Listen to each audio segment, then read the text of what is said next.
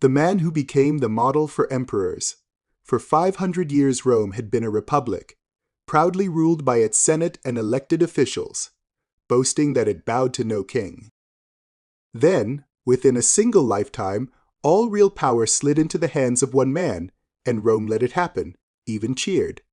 That man was born Gaius Octavius in 63 BCE, and history would come to call him Augustus. He is one of the most consequential figures who ever lived. He ended a century of civil war, founded a system of one-man rule that lasted in some form for 1,500 years, and gave his name to a month we still use. The Roman Empire, at its height, was largely the machine he built, yet Augustus is also one of the hardest rulers to see clearly, because so much of what survives is the story he told about himself. This book asks the harder question. Behind the marble statues and the official record, what do we actually know? Chapter 2. A Republic Tearing Itself Apart. To understand Augustus, you must first understand the wreckage he was born into. The Roman Republic of the 1st century BCE was the most powerful state in the Mediterranean, and it was destroying itself from within. Its institutions, built for a small city-state, could no longer manage a sprawling empire, and ambitious generals had learned they could use their loyal armies as private weapons. For decades, Rome lurched through civil wars, dictatorships, and political murder. Powerful men, Marius, Sulla, Pompey, Crassus, fought for supremacy, while ordinary Romans suffered. Senators were proscribed, meaning publicly listed for death, their property seized. The old idea that no Roman should hold too much power had quietly collapsed. Into this violent, exhausted world Octavius was born, in September 63 BCE, to a respectable but not famous family. His father, the first of the line to reach the Senate, died when the boy was 4. There was little sign that this frail, often sick youth would become the man to end Rome's long agony and bury its republic for good. Chapter 3. Caesar's heir and the difference between the two men. Here we must be careful, because two famous Romans are easily confused. Julius Caesar was the brilliant general and dictator who seized control of Rome and was assassinated in 44 BCE. Augustus was his great-nephew. And it is Augustus, not Caesar, who became Rome's first emperor. Caesar never held the title. He was murdered before he could. The link between them was family and ambition. Octavius's grandmother was Julia, Julius Caesar's sister, which made Caesar his great-uncle. The childless dictator took an interest in the clever boy, bringing him on campaign. Then came the thunderbolt. In his will, Caesar posthumously adopted Octavius as his son and chief heir. Overnight, an 18-year-old student became the heir to the most famous name in Rome. He took that name, Gaius Julius Caesar, and historians call him Octavian for these years. Against all advice, he traveled to Rome to claim a perilous inheritance. The boy nobody had feared was about to outmaneuver them all. Chapter 4. A teenager outplays Rome. Almost no one took the young heir seriously. Caesar's chief lieutenant, the seasoned soldier Mark Antony, expected to inherit Caesar's power and refused to hand over his funds. The great orator Cicero hoped to use the boy and then discard him. Caesar's assassins, Brutus and Cassius, ignored him entirely. They all underestimated him. Octavian moved with startling nerve. He paid Caesar's promised gifts to the people from his own resources, winning their love. He courted Caesar's veteran soldiers, who flocked to the name. He let the Senate set him against Antony, accepted their honors, and then, when it suited him, switched sides, in 43 BCE. Still only 19, he forced the Senate to make him consul, Rome's highest office, decades before the proper age. He had no great victories to his name, only a magic surname and an extraordinary instinct for power. The frail youth had turned Rome's most cunning politicians into his stepping stones. The Republic's defenders had no idea what was coming. Chapter 5. The Second Triumvirate and a Season of Blood. Realizing they could not destroy one another, The three strongest men joined forces. On 27 November 43 BCE, Octavian, Mark Antony, and a third commander, Lepidus, were granted sweeping legal power as the Second Triumvirate, three rulers to reorganize the broken state. It was not a happy alliance, but it was a deadly one. Their first act was terror. They drew up proscription lists of their enemies, some 300 senators, and 2,000 wealthy knights were condemned to death and their property seized. Among the murdered was Cicero, Rome's greatest orator, who had attacked Antony. Ancient and modern writers still argue over how much of this bloodshed Octavian personally drove. The future bringer of peace began his career with mass killing. Then, the triumvirs hunted Caesar's assassins. At Philippi in Greece, in 42 BCE, their armies crushed Brutus and Cassius, who both took their own lives. Caesar was avenged. With their rivals dead, the three victors carved the Roman world between them, and an uneasy peace settled over a continent of fresh graves. Chapter 6. Antony, Cleopatra, and the Road to War. The Roman world now had two masters, and it was not big enough for both. Octavian took the west, including Italy. Antony took the wealthy east. To seal the truce, Antony married Octavian's sister, Octavia.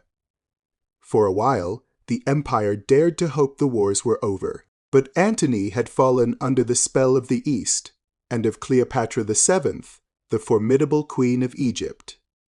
Once the lover of Julius Caesar himself, Antony spent his winters in Alexandria, took Cleopatra as his partner, and eventually divorced Octavia, a public insult to Octavian and to Rome. Octavian seized his chance, waging a brilliant propaganda war. He obtained Antony's will, possibly by force, and revealed that Antony meant to give Roman lands to Cleopatra's children and be buried in Egypt. Octavian painted his rival as a Roman gone soft, enslaved by a foreign queen who threatened Rome itself. War was declared, carefully aimed at Cleopatra rather than at Antony. The final reckoning was at hand. Chapter 7. Actium 31 BCE, everything came down to a single day at sea. On 2 September 31 BCE. Off the western coast of Greece, near a promontory called Actium, the fleets of Octavian and Antony met in one of history's decisive battles. Octavian himself was no great general, but his loyal friend Marcus Agrippa, perhaps the finest admiral of the age, was. Agrippa had already cut Antony's supply lines and trapped his ships. In the battle, Antony's heavier vessels struggled, his crews weakened by disease and desertion. At a crucial moment, Cleopatra's squadron broke away and sailed for Egypt. Antony followed her, abandoning his fleet. The battle was lost. The defeated pair fled to Alexandria. The next year, as Octavian's forces closed in and Egypt fell. First Antony and then Cleopatra took their own lives. Octavian had Cleopatra's son by Julius Caesar, Caesarion, killed. 2 Caesars, he is said to have remarked, are one too many. After a century of civil war, one man, and one man only, now ruled the Roman world. Chapter 8. The careful fiction of restoring the Republic. Octavian had learned the lesson that destroyed his adoptive father. Julius Caesar had openly grasped at kingly power and been stabbed to death for it. Octavian would take even more power, but he would wrap it in the comforting language of the old republic.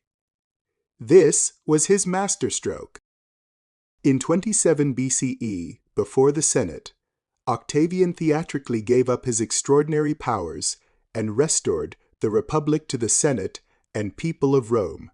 It was political theater of genius. The grateful and frightened Senate immediately handed most of that power straight back and granted him a new and sacred-sounding name, Augustus, the revered one. He refused the hated titles of king or dictator. He called himself merely princeps, first citizen, first among equals. The Senate still met, consuls were still elected, the forms of the free republic carried on, but the armies, the key provinces, and the treasury answered to Augustus. Rome believed it had its republic back. In truth, it had quietly acquired an emperor. Chapter 9. How one man ruled an empire. Augustus's true genius was not in winning power, but in keeping it for over 40 years without being murdered. He ruled by control without the appearance of control, holding real authority through a careful bundle of republican offices and powers rather than a single crown. He commanded the loyalty of the army directly, and he was careful to control the provinces where the legions were stationed, leaving the peaceful, prosperous provinces nominally to the Senate. He held the powers of a tribune, which made his person legally sacred and gave him a veto over the state. He became chief priest, and in time was honored as Pater Patriae, father of the country. Crucially, he made the army professional and loyal to him personally, paying soldiers from a treasury he controlled and settling veterans on land. He created Rome's first permanent police and firefighting forces, and a guard for himself, the Praetorians. No single title made him emperor. Instead, Augustus quietly gathered every lever of power into one steady, patient pair of hands. Chapter 10. The Roman Peace. For generations, Romans had known mostly war. Under Augustus, they received something they had nearly forgotten: peace. Historians call it the Pax Romana, the Roman peace, a long stretch of relative stability across the Mediterranean world that began with Augustus and lasted, broadly, for 2 centuries. It was not peace everywhere. The frontiers still saw hard fighting, and the peace rested ultimately on the sword. But for the millions inside the empire, the ruinous civil wars were over. Trade flowed safely along Roman roads and sea lanes. Cities grew. A farmer in Gaul or a merchant in Syria could, for the first time in living memory, expect that their world would not be torn apart by Roman armies fighting each other. Augustus understood that this peace was his greatest gift and his strongest claim to legitimacy. He had ended the bloodshed that he himself, as a young man, had helped to spread. Whatever the cost in lost freedom, vast numbers of ordinary people across 3 continents simply lived better because the wars had stopped. Chapter 11. Rome rebuilt in marble. Augustus wanted Rome to look like the capital of the world, and he transformed it. He repaired crumbling temples, raised new forums, theaters, and monuments, and funded grand public works through himself and his great friend Agrippa, the Rome of gleaming white marble that we imagine owes much to his reign. The most famous boast about all this comes from the later writer Suetonius, who claimed Augustus said he had found Rome a city of brick and left it a city of marble. It is a perfect line, but we should treat it with care. We cannot be sure Augustus ever said it, and archaeologists note that Rome changed less completely than the phrase suggests. Much of the city remained humble brick and timber behind the marble facades. Still, the building program was real and immense. It gave work to thousands, glorified Rome, and, not by accident, glorified Augustus. Almost every great new monument carried his name or his family's. The architecture itself became a quiet, permanent advertisement for the man who had brought peace and now reshaped the city in stone. Chapter 12. A golden age of letters. A great age needs its poets, and Augustus's reign produced some of the finest writers in all of Latin literature. This flowering was no accident. It was encouraged and quietly steered by Augustus and his cultured ally Maecenas, who became famous as a patron of the arts. The towering figure was Virgil, whose epic poem, the Aeneid, told of the Trojan hero, Aeneas, founding the Roman race. It gave Rome a glorious legendary past, and woven through it, praise for Augustus as the destined bringer of a new golden age. The poet Horace, too, celebrated the peace and the renewal of Roman values. Their work has been read and loved for 2,000 years. This was art of the highest quality, and it was also, in part, the most brilliant propaganda ever produced. The greatest poets of the age helped present Augustus's rule as the fulfillment of Rome's destiny. We can admire the beauty while remembering its purpose. The line between genuine genius and useful flattery in Augustan Rome was often very thin. Chapter 13, Family, Scandal, and the Search for an Heir. For all his power over Rome, Augustus could not master his own family, and the question of who would follow him brought him grief for decades. He had only one child of his own, his daughter Julia, and he used her in marriage after marriage to try to secure the succession. One by one, his chosen heirs failed him. His nephew Marcellus died young. His loyal friend Agrippa, married to Julia, died. Augustus then groomed Agrippa and Julia's young sons, his grandsons Gaius and Lucius, as his successors, only for both promising young men to die, one after the other, within a few years. It was a slow, cruel run of misfortune. His family life held bitter scandal, too. Augustus had passed strict moral laws to strengthen Roman marriage and punish adultery. Then his own daughter Julia was accused of flagrant adultery, and he banished her to a tiny island for the rest of her life, never forgiving her. The master of an empire was, at home, a disappointed and unforgiving man. Chapter 14. Give me back my legions. Even Augustus knew defeat, and the worst blow of his life came on the empire's northern edge. He had pushed Roman control into Germania, the wild lands beyond the Rhine. In 9 CE, his governor there, Publius Quintilius Varus, marched 3 entire legions through the Teutoburg forest, trusting a local chieftain named Arminius who had secretly turned against Rome. It was a trap. In the dense, rain-soaked woods, the Germanic warriors fell upon the strung-out Roman columns and annihilated them. 3 legions, perhaps 15,000 or more men, the units numbered 17, 18, and 19 were destroyed. Rome never used those legion numbers again. The aging Augustus was shattered. According to Suetonius, the 72-year-old emperor went unshaven for months in mourning, and would beat his head against a door, crying out, "Quintilius Varus, give me back my legions." The disaster fixed the empire's frontier roughly at the Rhine for centuries. It was a hard, late lesson. Even the bringer of the Roman peace could not conquer everything. Chapter 15. Death and the Making of a God, in August of 14 CE. After more than 40 years as Rome's first citizen, Augustus died at Nola, in Italy, aged 75.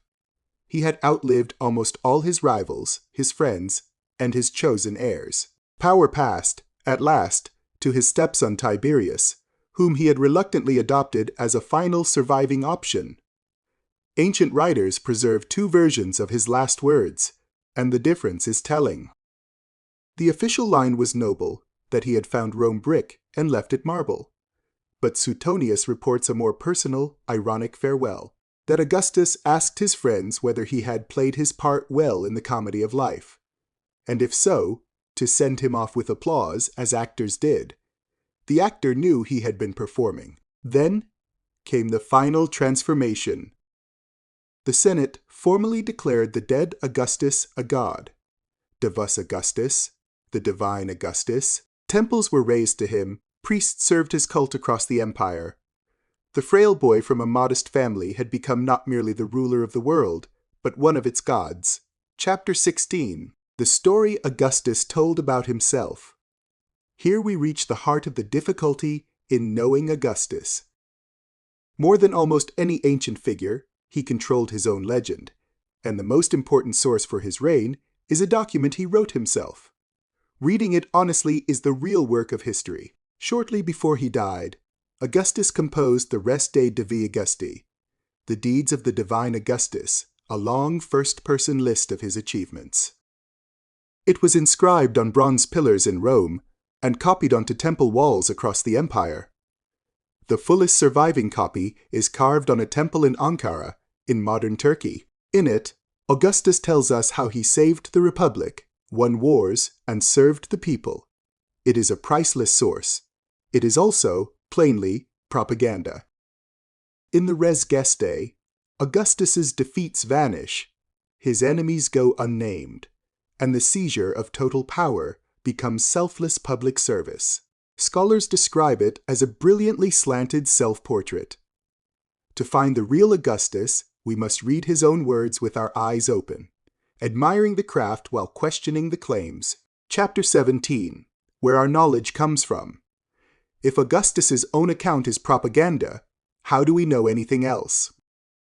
Our picture of him is pieced together from several kinds of evidence, each with its own slant, and the historian's job is to weigh them against one another, rather than trust any single one. Alongside the res gestae, we rely on later Roman historians. Suetonius, writing about a century afterwards, gives us vivid biography, including the famous quotations, but he loved a good story, and cannot always be trusted on detail. Tacitus, a brilliant and sceptical historian, looked back on Augustus's rule with a cold eye, seeing the loss of liberty behind the peace. Cassius Dio, later still, gives a broad narrative. Then there is evidence that does not argue, coins stamped with Augustus's image, and slogans, inscriptions, and the statues and monuments themselves, which show exactly how he wished to be seen. By reading the flattering and the hostile sources together, and checking them against the physical record, historians build a portrait that is fuller and far more honest than the one Augustus tried to leave us. Chapter 18. A name that outlived the man. Few people have left a longer shadow. The system Augustus built, one ruler holding real power behind republican forms, became the template for Roman emperors for centuries, and the very word emperor descends from his military title, imperator.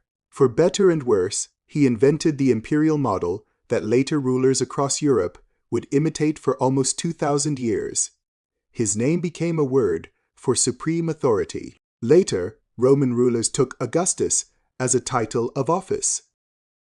The German Kaiser and the Russian Tsar both descend from Caesar, the family name he made imperial. And every year, the whole world still uses his memorial, the month of August, renamed in his honor, sitting in our calendar beside July, named for his adoptive father. The empire he secured carried Roman law, language, and culture across 3 continents and shaped the entire later history of the West. Whether one sees him as a great peacemaker or as the cunning man who buried Roman liberty, the modern world still lives, in countless small ways, inside the long aftermath of the reign of Augustus. Chapter 19. What we really know. So who was Augustus? Once the marble and the propaganda are gently set aside, the firm ground is this: born Gaius Octavius in 63 BCE. The great-nephew and adopted heir of Julius Caesar, he rose as a teenager out of Rome's civil wars. With Antony and Lepidus he ruled by terror, then defeated Antony and Cleopatra at Actium in 31 BCE to become sole master of Rome. From 27 BCE he ruled as Augustus, the princeps, holding total power behind the restored forms of the Republic until his death in 14 CE, when the Senate made him a god. He gave the Roman world peace, order, and a working system of empire, and he did it by ending the very freedoms Rome had prized: the glowing self-portrait of the res gestae, the perfect line about brick and marble, the image of a selfless first citizen. These are the legend, the propaganda, and the Polish. We honor history best by seeing the achievement and the cost together. Augustus showed that one patient, ruthless, brilliant man could remake the world and make the world thank him for it. A note on history and sources. Writing the life of Augustus is unusual, because, more than almost any other ancient figure, he shaped the record of his own reign. This book tries throughout to separate what Augustus wanted us to believe from what we can actually establish, and to distinguish him clearly from his great-uncle and adoptive father, Julius Caesar, who was never an emperor. E.T. K.I.T. The single most important source is Augustus's own Res Gestae Divinae Augusti, the deeds of the divine Augustus, completed shortly before his death and inscribed on bronze pillars in Rome and on temple walls across the empire, The fullest surviving copy is carved on the Temple of Augustus and Rome at Ankara in modern Turkey. It is invaluable, but it is a first-person account written to flatter. In it, Augustus's defeats disappear. His enemies go unnamed, and the seizure of total power is presented as selfless service. This book treats the res gestae as propaganda, not as neutral fact. Much of the color in Augustus's story comes from the later biographer Suetonius, writing about a century afterwards. He preserves the famous sayings, including the line that Augustus found Rome a city of brick and left it a city of marble, and the deathbed request to applaud as I leave the stage. These are vivid and widely repeated, but Suetonius loved a good anecdote, and modern historians caution that we cannot be sure Augustus actually said them. This book presents them as later attributions, not as verified quotations.